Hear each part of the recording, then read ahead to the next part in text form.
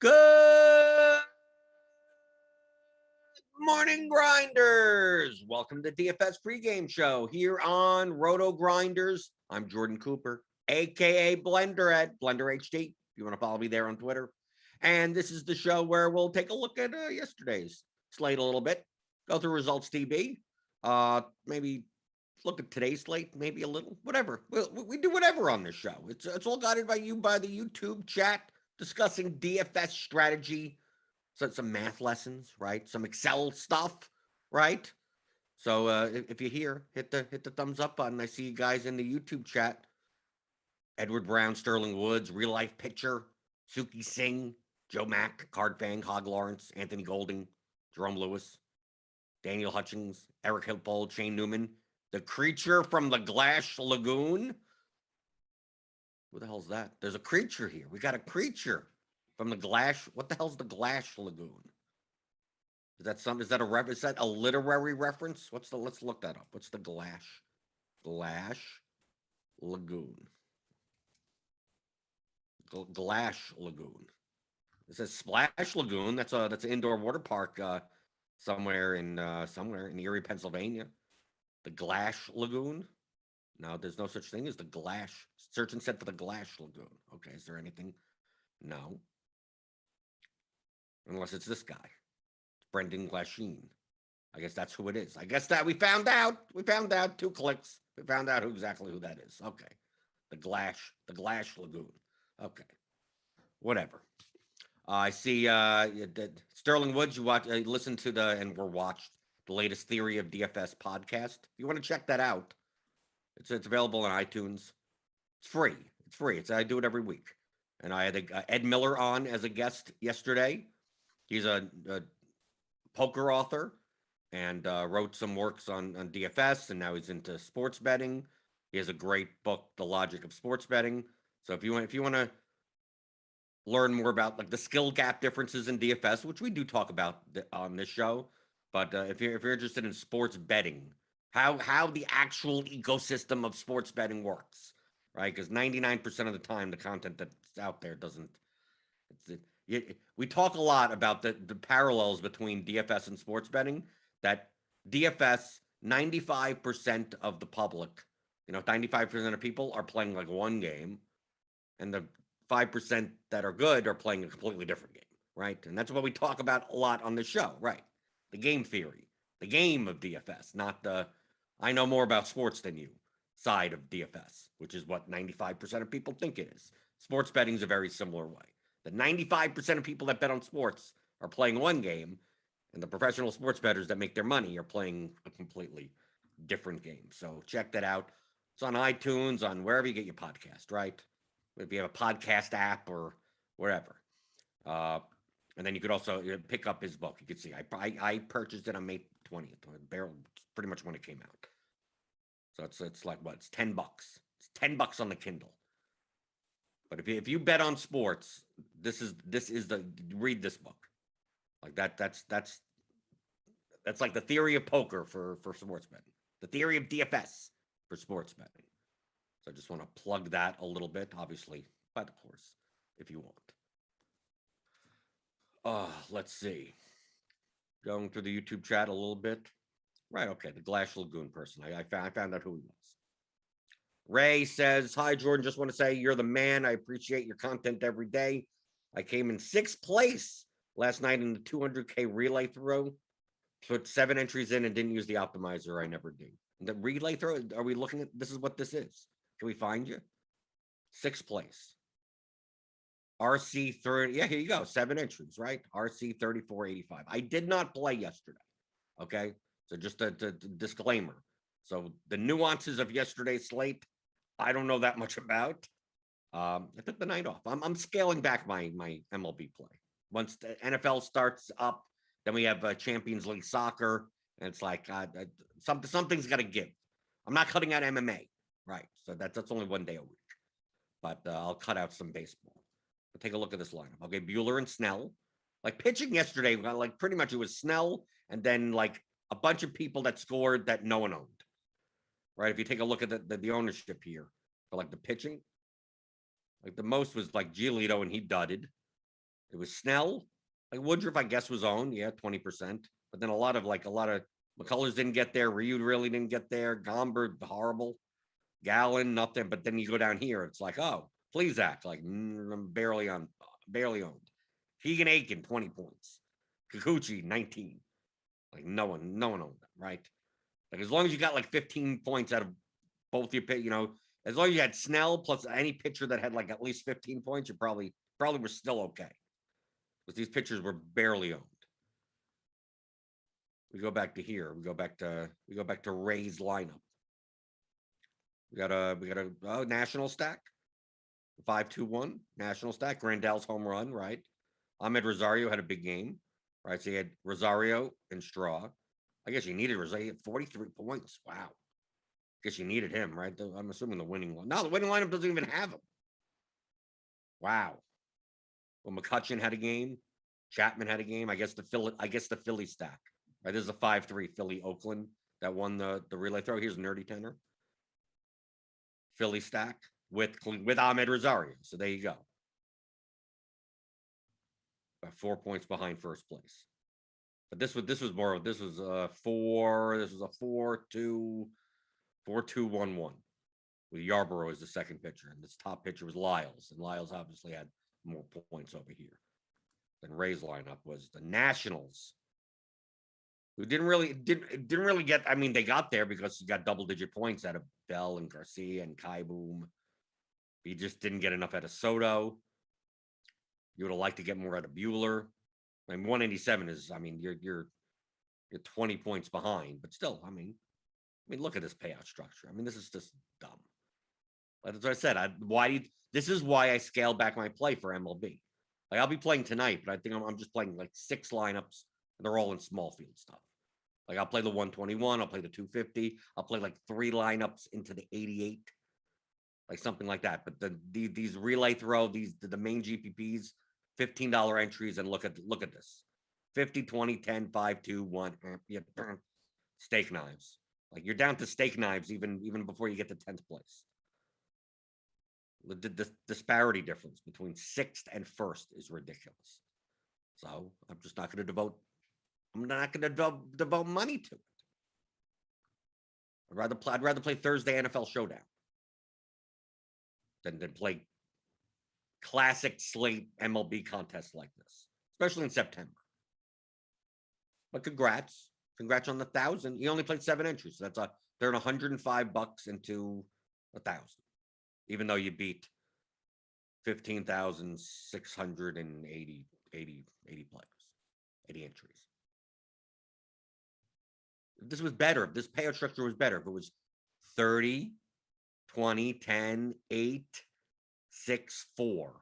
Like if it was 4,000 there. Okay, okay, that would be fine. 4 and then 3 and then 2 and then 1. Then 15 and then 1 or something, flat or something like that. That's what I would like. But congrats anyway. Ray says, I look at the slate each day and do 5-3 stacks, and it seems to be working. So thank you again, my friend. Right. Like I said yesterday, I was trying to answer someone's question yesterday about they were on FanDuel with the 4-4 versus the 4-3. It's like it all depends on the lineup. The reason why you hear people say, no, you should play 4-4s or 4-3-1s, and on DraftKings play 5X or 5-3, is that there are more plus EV lineups out of those construction types. Doesn't mean all of them are, and it doesn't mean that there aren't plus EV lineups that aren't 5-man stacks, that aren't 4-3-1s, that there are 2-2-2 whatevers. There are, but there's just less of them. So if you're by default, You said, I don't want to think about it. I want to be directionally accurate, directionally profitable. If I just limited like Ray, what Ray's doing. So I'm just going to play 5-3 stacks every day and not worry about it. Yes, yeah, I'm giving up the potential of having 5-2-1s and 5-1-1s and 4-3-1s that could be more profitable than some of the lineups that I'm playing, especially if you're playing 7 lineups or something. Just don't have to think about it. Just like I'm just going 5-3, and that's just the way it is. It's more likely that you're going to hit on plus EV lineups with that construction than try to do like I'm going to find the few plus EV 2-2-2-1-1-1 types of lineups. That's the only thing. There are 5-3 lineups that are bad. There are 5-3 lineups that you'd rather have the one off and do 4-3-1, get the 2% off. If Bryce Harper type of player, Juan Soto type of player, Otani if he's barely owned, and do that, then like leave 1,000 on the table and just have all your correlation intact. Like there are plenty of times that those lineups probably are better, but the lineup that you made is still fine. It's still plus EV. It's more of a default type of thing. Very similar in showdowns or something. It's like, well, if I play the wide receiver in the captain spot, I always play the quarterback, and it's like, yeah, there are more plus EV lineups like that. They also get duplicated, but if you're not considering duplication, they're just more. There are more 3-3 like in showdown. Like there are. I would say actually there's more 5-1s that are plus EV than there are 3-3s. But it all depends on the pricing. It all depends on the slate. It's only because so many more people build 4-2s and 3-3s and 2-4s, whatever, whichever way you want to go. Like if you do onslaughts in showdown, they're less duplicated and they typically show a higher return, regardless if you're onslaughting the underdog. Okay, let's see. Can I review the $2,500 milli? I could. I don't know if it's updated. Before the show, it was not updated. Like this was up. Like the relay throw was updated. That's why I bring it up. Like I'll bring it back up. Let's see. It's a whole automated whatever process behind the scenes or something. Typically all this is ready for me before the show, but sometimes it isn't. Okay, now it's updated. Okay, now we got it updated. Before Blake Snell only had 1 point. Like it wasn't updated. Okay, now we got the whistles goes woo wins his second milli with Yankees Phillies 1, 2, 3, 4, 4-4 with Snell and Buehler. Right, you don't need like this contest is much smaller. What 11-21. So you don't need the nuts. You don't need compared to this level of contest, you don't need it. Right? So what I want to do is compare the ownership of both. So I use this screen in Lineup HQ. Ownership data. Okay. So I'm going to go to the Mega Millionaire and the relay throw.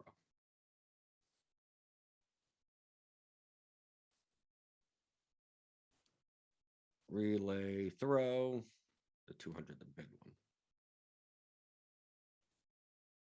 Just to see, you're going to see more condensed ownership. So here's George Springer, dud. Luis Robert, dud. Not as condensed as I thought it would be. Just go by the ownership by this, sort by this. So still pitching wise, Gio was even more owned. The Mega Millionaire killed more lineups. Blake Snell, higher owned.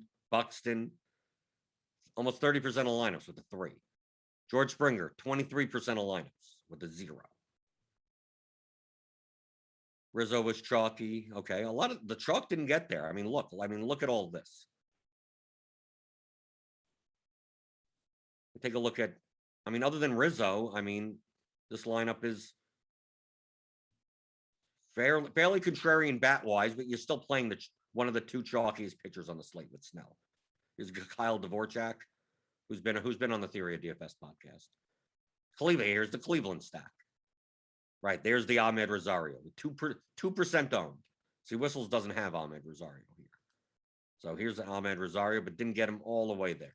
Uticao, See, same thing. Philly stack.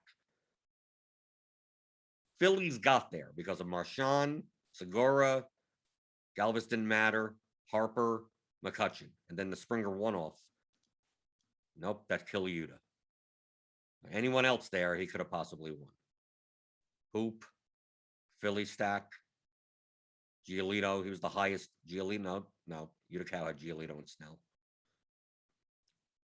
33 lineups. So, I mean, like, I like looking at the ones that like people like we have Tambo. Not here at RG anymore, but whatever. Like looking at this. Like these are the types of lineups that I want to see. Philly, Washington, fading Snell. So this is a non-Snell lineup. Had he played Snell over Giolito, he would have won. You'd leave money on the table, I think, if you did that or something. That was the key. You needed Snell. But here's another whistles lineup. Giolito, Snell, Cubs, still Phillies. The Phillies 5-man, 2 Cubs, and George Springer one-off. That didn't do anything.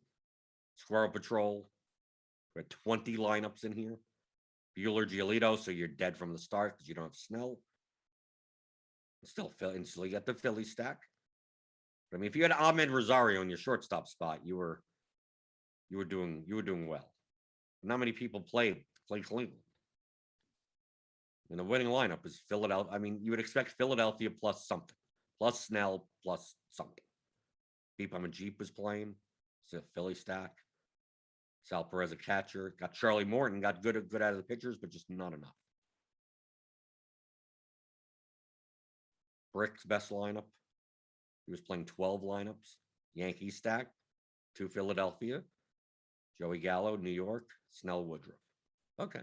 1,700 salary remaining. Still playing Jorge Bonifacio. Really didn't do anything. 5 points.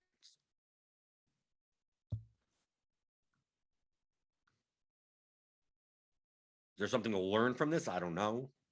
If you're not playing this level of contest, I don't think it's going to do that much for you. To me, it shows the value of not going with the chalk, especially in a slightly smaller fields. I mean, this is not a small field, but it's small enough. Like, I didn't play yesterday, so I couldn't tell you what I would have done in this. But most likely, looking at the ownership, I would have faded one of Gio or Snell. Like, that would have been a given.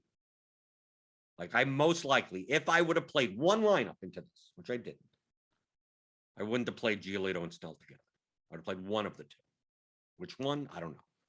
Probably would have not played Twins. Probably would have not played Blue Jays. Maybe not even the Yankees. So maybe I do get to the Phillies. I don't know. Maybe I would have gotten to the Phillies. So I would just look at the highest owned and just go, yeah, I can understand playing one of the 2 highest owned pitchers, but not both of them. I know Byron Buxton was underpriced because he's coming back from an injury. Am I going to play him at that ownership? And then do I play the Twins stack because then the Twins become overowned because of that? And same thing for the Blue Jays.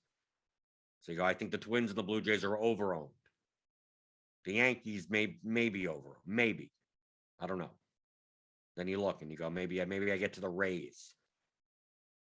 Get to the Nationals. Maybe end up getting to the Phillies. I don't know. Like I said, I didn't play yesterday. But I know if I had one lineup into this, that I would have just X'd out Buxton, X'd out Springer, and X'd out one of these 2 pitchers. Just go, hey, I just want the chalk to fail. The pieces of chalk that I don't have, I want it to be dead. And then try to win a lower scoring slate. I mean, but that's how I play smaller field, higher stakes types of contests to begin with. And when the chalk hits, then I lose. Oh, well, tomorrow's another day.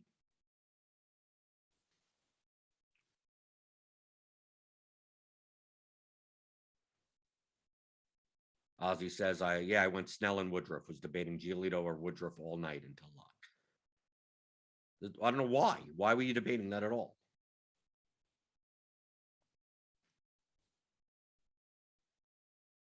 The differences between the two are so marginal.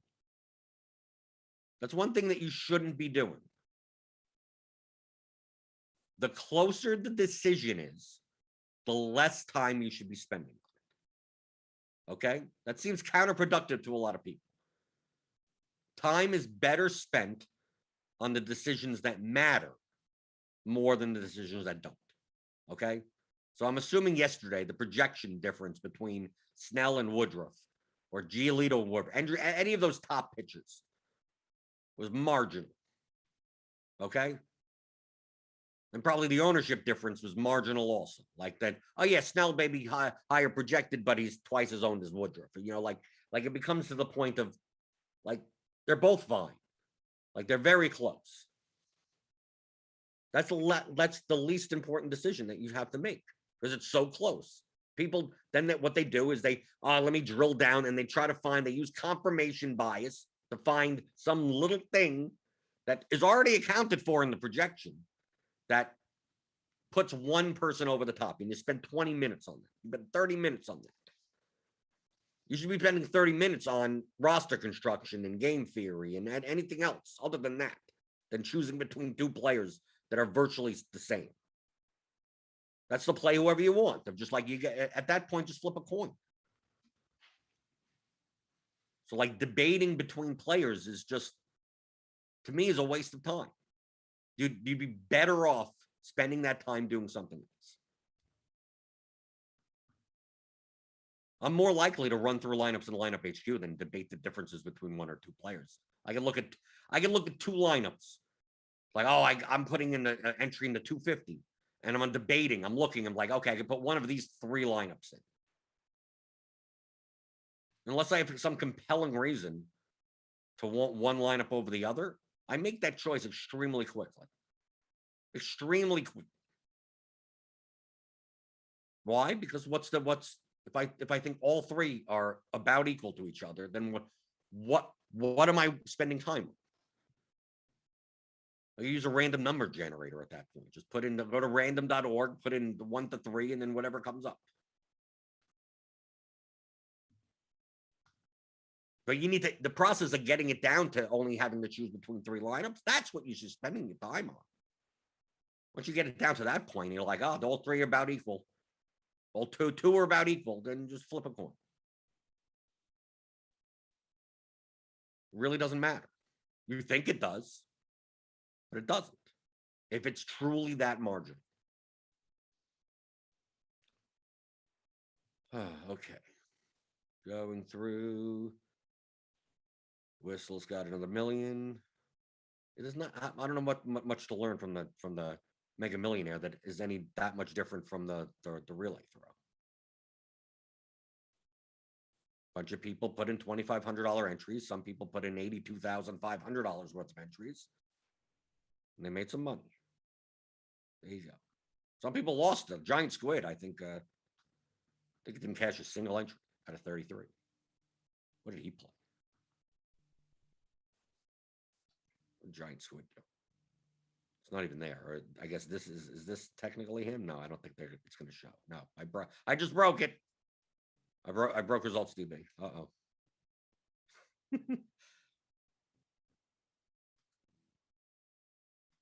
I think I broke it. How the hell did I break it? yeah, he didn't cash any lineups, so I can't even see his exposures. Right? I can't even see it. Oh well. That's the way the cookie crumbles. Savon Dalrymple, can we talk the early slate? Sure. What do you have? What questions do you have on the early slate? Joe Clary, when DraftKings sets player pricing, they're trying to set them all correct. They purposely make mistakes for us to find. A little bit of both, from what I believe. I don't know the actual answer. In a perfect world, they want to have perfect salaries, and then it basically turns into a lottery at that point. If all the salaries were efficient, then there'd really be no edge. There'd be edge in roster construction, I guess. There wouldn't be any as long as you spend all $50,000 of your salary, your lineup would be just as good as any other lineup. So they do have to make some inefficiencies, just so people feel like it's a game. But I don't know. Do they do it on purpose? I'm not sure. mean, it's not. I mean, you could tell it with the Buxton stuff. It's just, to me, it's negligence. There's a difference between we're going to make pricing a little bit softer and just like not raising the price of a player that was injured for 2 months and then he should be 5,000 and he's 3,500. I don't think that's done on purpose. I think that's just done out of, I don't know, laziness, not paying attention enough. I don't know. So we already have it on the late slate, on the normal, the main slate. Phillies Nationals game is postponed, so you don't have to worry about playing Nola. As far as what else is going on that slate, I have no idea. Cole, Scherzer, we got some high-end pitching. Sale. Is Sale going to pitch more than 80 pitches, though? We don't know. Maybe his ownership comes down and lower because people are scared of that, or the pitch count. Maybe they're rightfully scared of the pitch count. But I mean, he may be lower owned than he was last week. Maybe. I don't know. The early slate, I mean, it's a 3-game slate. What's going to happen on the early slate? I mean, I could just look at it right here. I'm assuming the chalk is going to be the Padres and Darvish. I mean, they have the highest team total against Luke Weaver. Which makes Diamondbacks probably attractive. The Diamondbacks attractive. It's Cardinals-Reds game. Is this only a 7-inning game? The Cardinals-Reds game? Seems like a very low total, especially in Cincinnati. I have no idea. But just like any short slate, on any 3-game slate, if you're playing large field GPPs, you're playing GPPs in general. Just be contrarian. That's it. Who's going to be the highest on pitcher? Play bats against him. Right? People are going to pay up and go like, okay, I guess is this a showdown? Why are we getting showdown pricing? I'm not playing 11-7 for Moustakas on a classic slate. Is that the early? Is it a 2-game? What is the early slate? Is the early slate 3 games and it's not this game, the Reds Cardinals game? Are we getting the Astros Mariners game as part of the early slate? I have no idea. I know it's a 3-game slate. That's all I know. To me, it's not that interesting to talk about 3-game slates, especially because we're not even talking about who's the best. You're playing purposely contrarian for the sake of trying to win a GPP. So if Darvish is going to be 70% owned, Christian Walker, Pavin Smith, Kettle Marte, maybe not Marte's 5K. Some of these bats look really good. And just hope Darvish dies. And if Darvish has a bad game, you win. That's it. That's all you need to do. That's all you need to win. 70% of the lineups are dead. And you have the batters that are negatively correlated to that. So that's perfect. Okay, so the chat is telling me that the St. Louis-Cincinnati game is not included. Okay. That the Houston-Seattle game. I'm assuming Gerbert maybe against the Astros. Odorizzi against the Mariners. Maybe that's the chalk. Odorizzi, Darvish. That what's going to happen? And let's take a look at the projections for the early slate, which I'm not playing. Okay, let's take a look at the pitcher projections for the 3 games. Darvish clearly, yeah, that's what exactly. Darvish, Odorizzi. Maybe play Freeland against the Rangers. No one likes playing Kyle Freeland. Right, so that's the chalk, right? Darvish, Odorizzi. We go to the hitter projections. You get it's going to be San Diego. Obviously, I mean, that obviously makes sense. Texas are still really cheap. I don't know how owned Freeland's going to be. I'm more likely to play Seattle. Play Seattle against Odorizzi.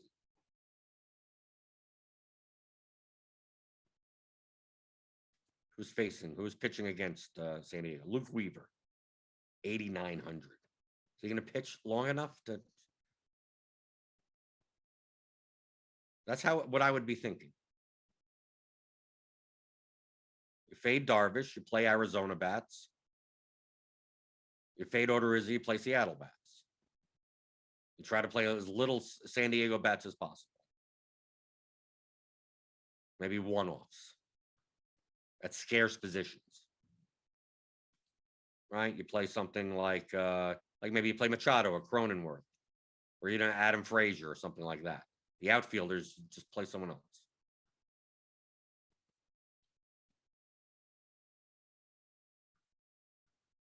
Like I said, what I'm talking about is low probability. You're playing DFS to win first place, not you don't make money off of the most probable. You make it off of the most profitable. This is why I don't like going over slates. Because then we get people in the chat, in the YouTube chat, people that DM me. Oh, your call today on the whatever team. And I didn't call anything. So, but you said you were going to play this team. I go, yeah, because they have a 7% chance of winning, of being the top stack. And they're going to be owned at 3%, which means 93% of the time they're not going to be the top stack, and I'm going to lose money. But when they are the top stack, I'm going to win first place or club close, be in position to. That fundamental misunderstanding of what we're playing. I'm not predicting out. Is Darvish going to have a good game or a bad? I have no idea. What is his percentage chance of having a bad game? Having a good game? Is it going to be worth the ownership that he's going to have? He's going to be 70% owned. Is it worth it? To me, no. He's over-owned.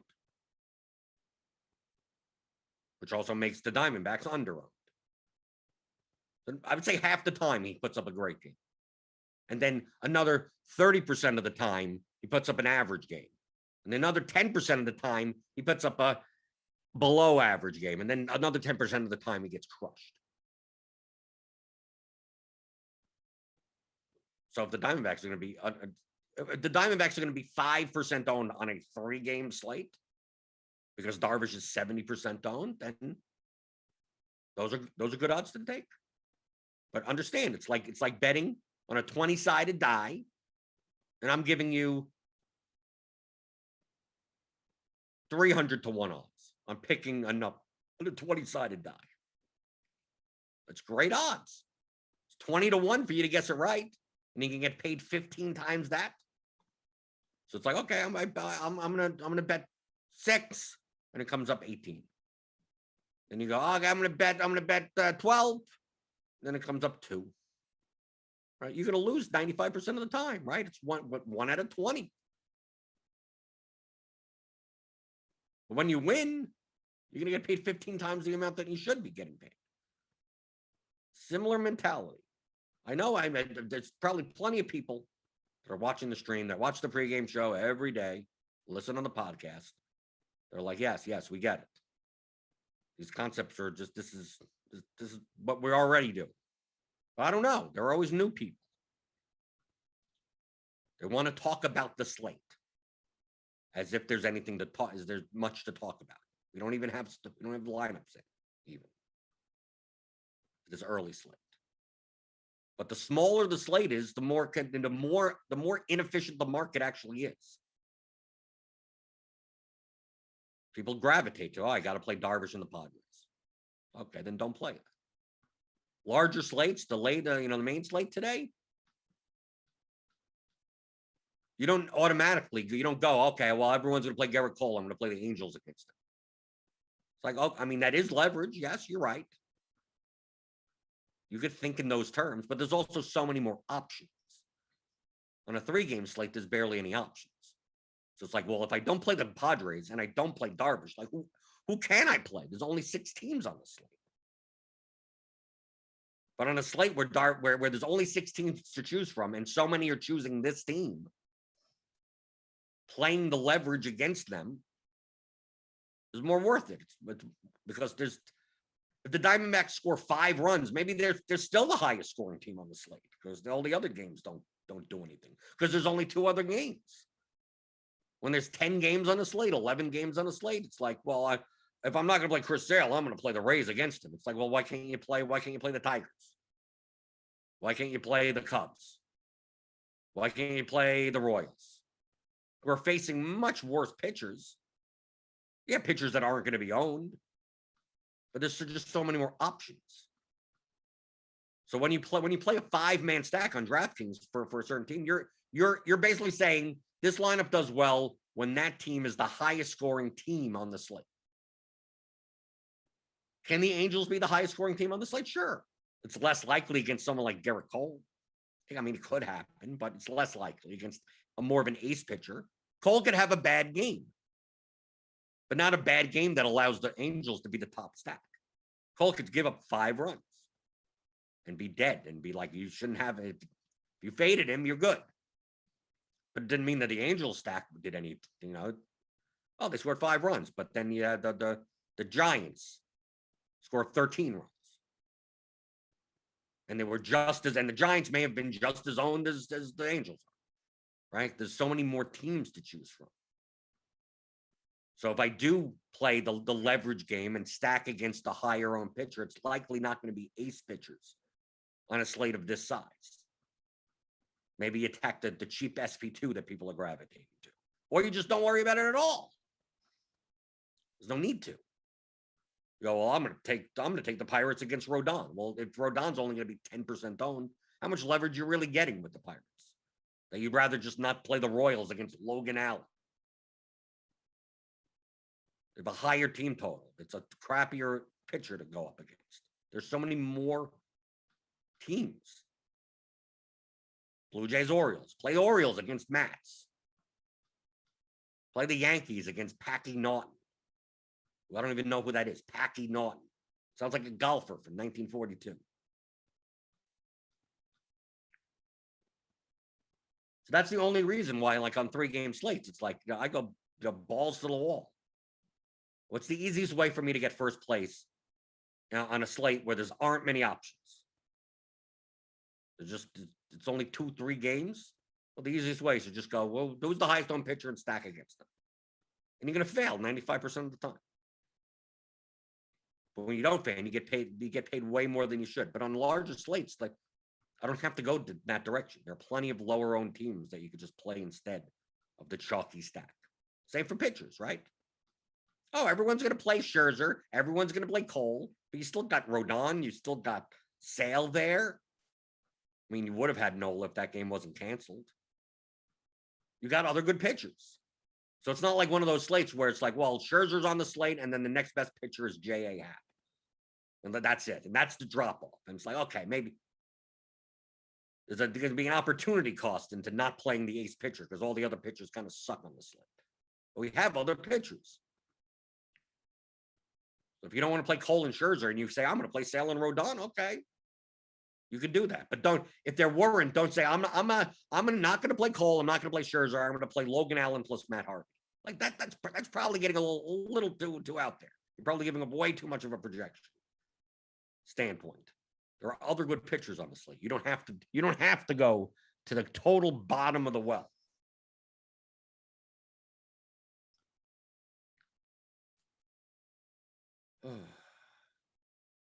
Let's see. Go to the YouTube chat. Daniel Hutchins says playing a crappy team has higher EV in short slate in theory. Because, right, you're just repeating what I said. Because of limited choices and practice, because the field doesn't get contrarian. Exactly. Right, consider how much more likely a low-scoring slate is with only 3 games. Right, that's the main reason that's the main reason why in smaller slates, stacking, if you don't want to stack 5 players, that's fine. 13-game slate, there's 26 teams that could go off for, who knows, 12 plus runs. One of them will. One of them is going to put up 8, 9, 10, something. Because there's 26 chances of it happening. There's 26 opportunities. 26 teams could do it. 3-game slate, there's only 6 teams. Games could go 2-1, 3-0, and 5-1. And there you go. The team that has the 5 runs is going to be the winning stack, and you probably don't even need 5 of them. You need 3 of them.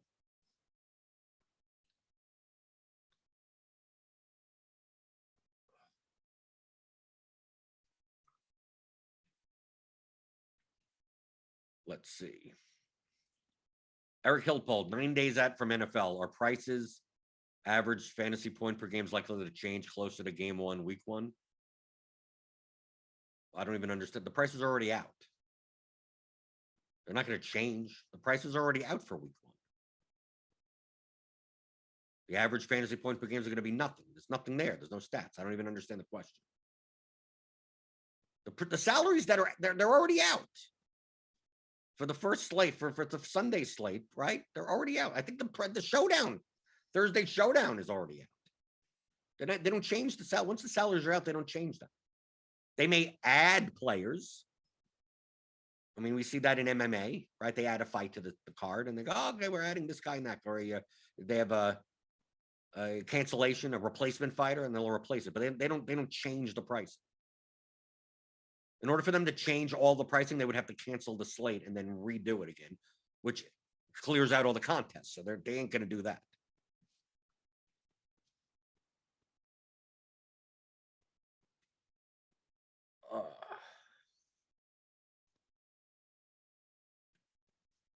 Andrew Aldama, what's the best DFS premium tool to purchase? Well, I would say RotoGrinders, combo premium. Why not?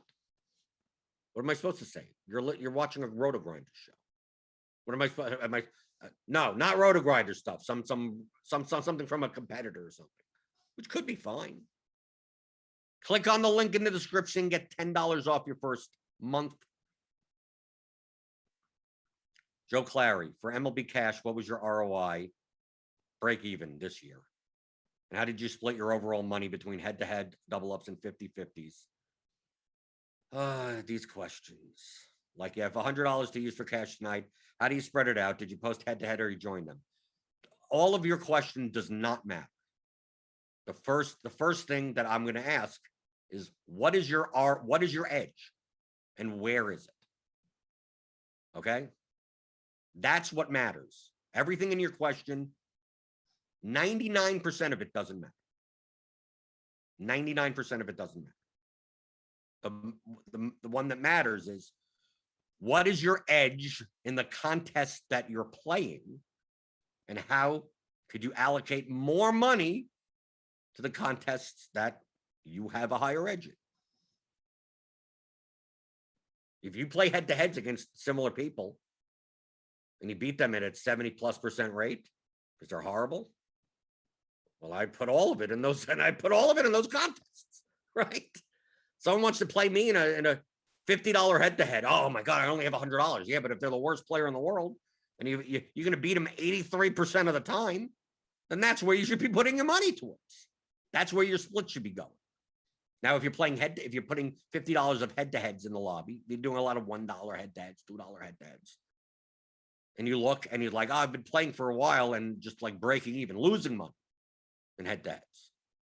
Well, obviously you'd stop playing them, right? I mean, then you see in the double ups, if you bum hunt or contest select, bum hunt is the derogatory way of saying finding bad plays. If you're only playing with $10 for cash tonight, if you're only playing with $100, you should spend, if you have time, here's your pie of 100%.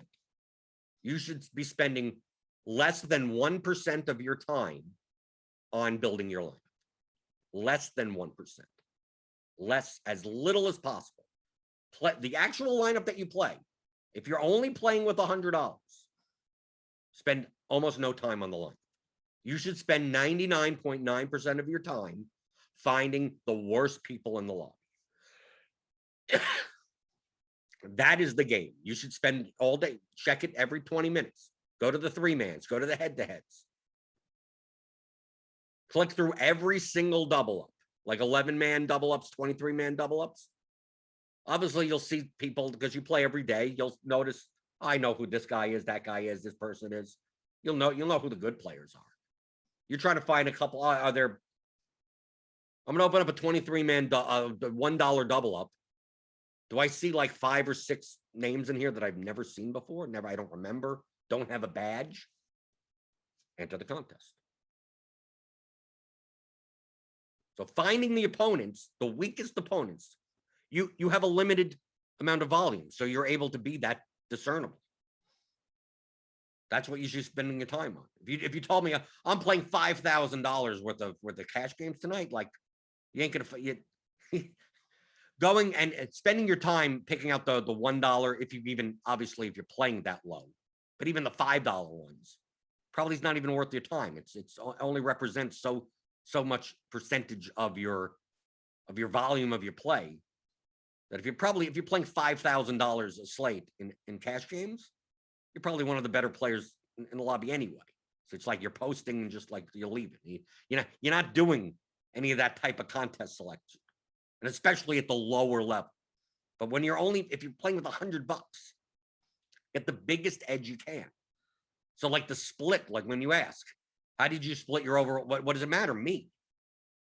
If you play, for instance, soccer, which I do play cash game, like I'm primarily a soccer DFS cash game player. I do play the small field GPPs.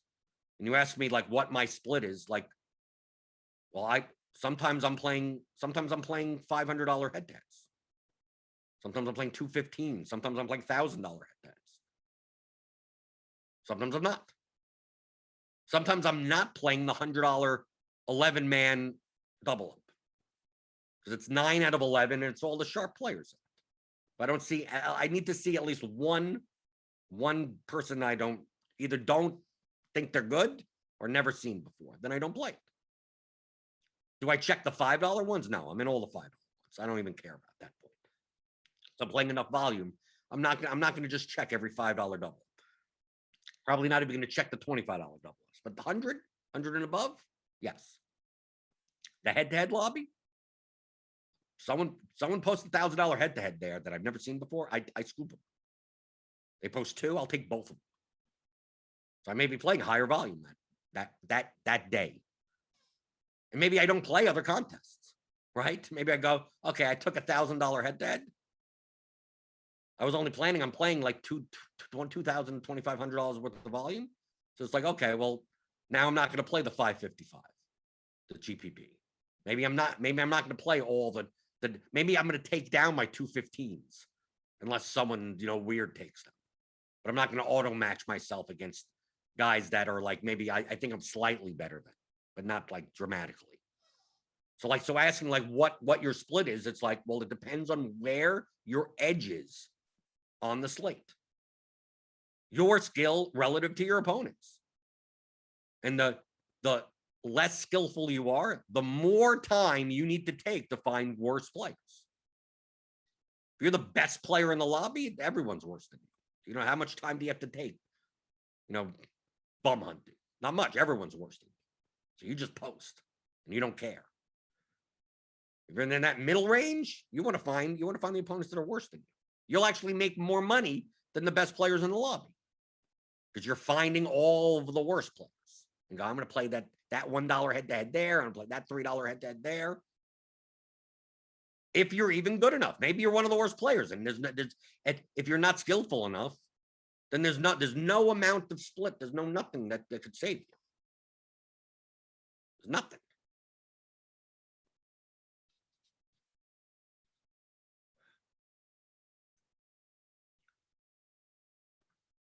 Andrew Aldana says, I'm working my bad. Did not realize this was a RotoGrinder channel. Just popped on. You'll try it out. Yes. I mean, all the RotoGrinders tools that I use. It's not like I'm telling you anything that I don't use. I use tools that are outside of RotoGrinders also. I'm a professional DFS player. I look to get as much of an edge as possible. I subscribe to other sites just to see what they're saying because other people look at it. Not saying that I agree with it or I even use it. But it's like, oh, well, this other site, their projections for these are different than this. Oh, they're going to be higher owned than I thought they were going to be. It's like spying, reconnaissance. Not because it's like, oh, I'm going to use their stuff, and then no, I use lineup HQ. I use everything that's on RotoGrinders. I eat my own dog food. But I'm not going to put thousands upon thousands of dollars in play every day without knowing, especially since my style of play is exploitative. I don't base on what I think is going to happen. Everything that I do is based on what the field is going to do. So I need to know what the field is doing. And while it would be great that everyone would subscribe to RotoGrinders, not everyone does, right? They may subscribe to other places. So they're looking at stuff that's different, possibly. So I need to know what they're looking at, because I play by, what are you guys looking at? How do I exploit it? So that's the main reason.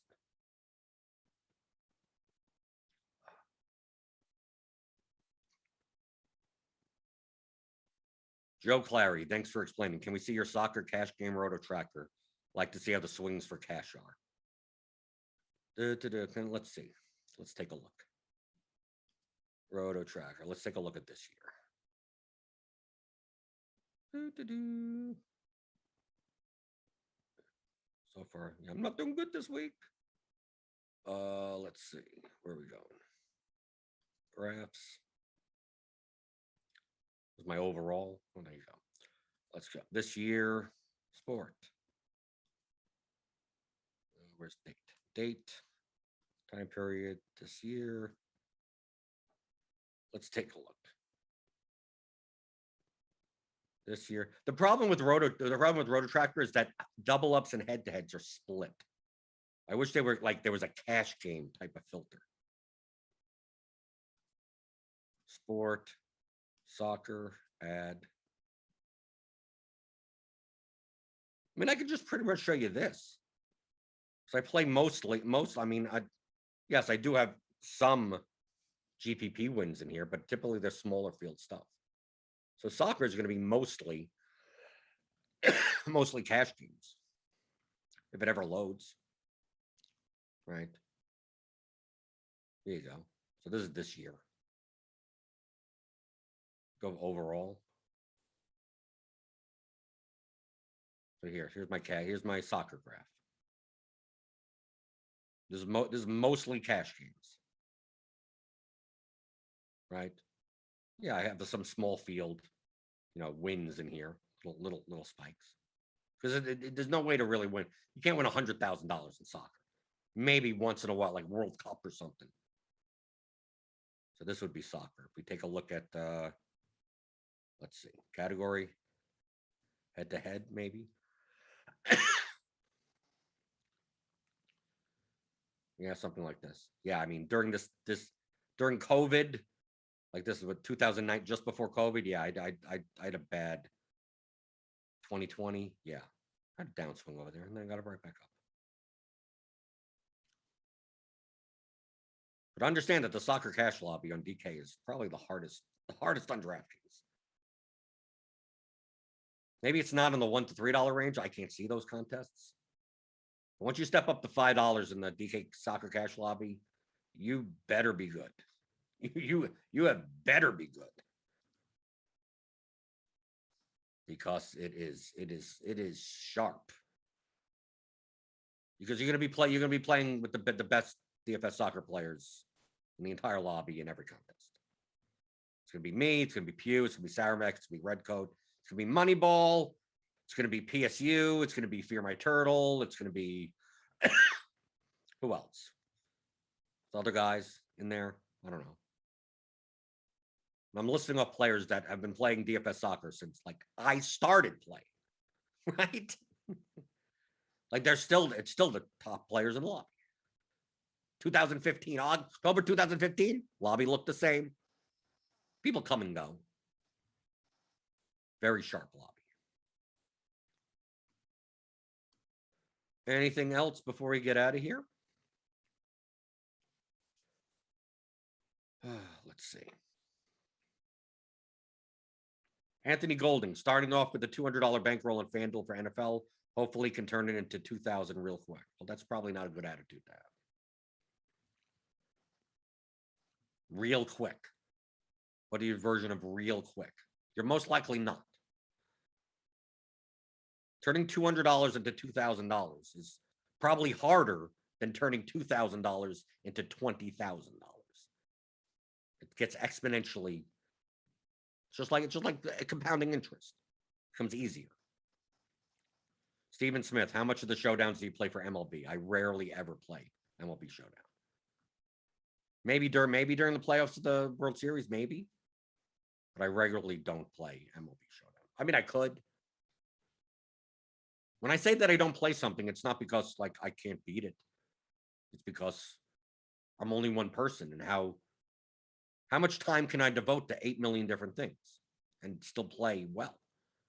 I don't think I can. It was like, oh, am I playing PGA? Well, if I play PGA, that means I have to give up something else, right? If I play MLB, like that, the reason why I'm paring down my MLB action now is number one, NFL is back, so we're gonna have Mondays and Thursday showdowns.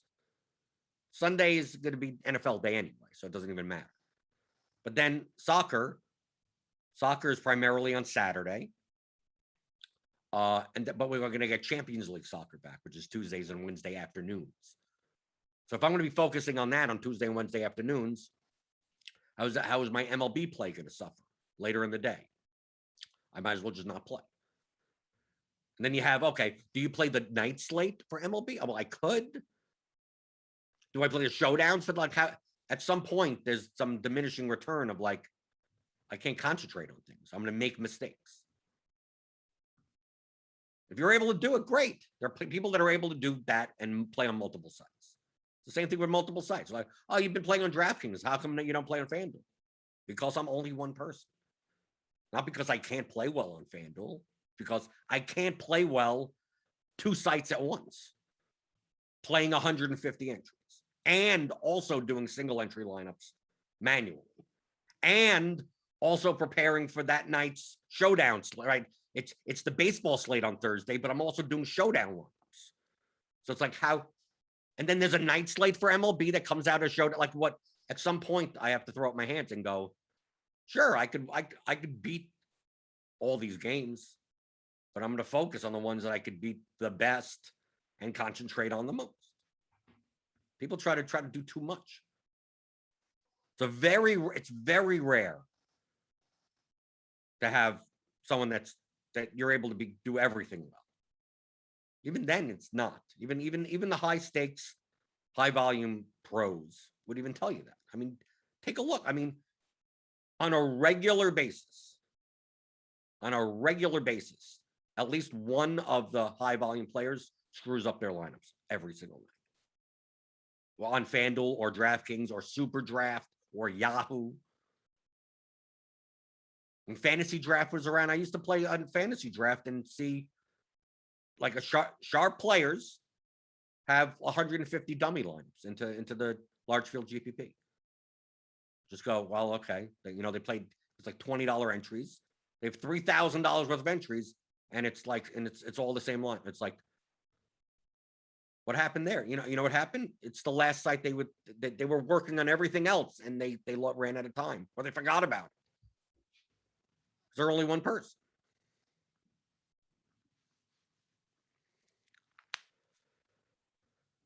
So sometimes you see pros make mistakes, CSV upload errors, projection errors, right? You try to combine, you're aggregating something or whatever, and you end up misaligning a column, and next thing you know, you have Ernie Clement of the Indians projecting like for 16 points. And you're like, oh, he's coming, and he ends up in 80% of your lineups, and you don't even realize it. You go, why is he in all my lineups?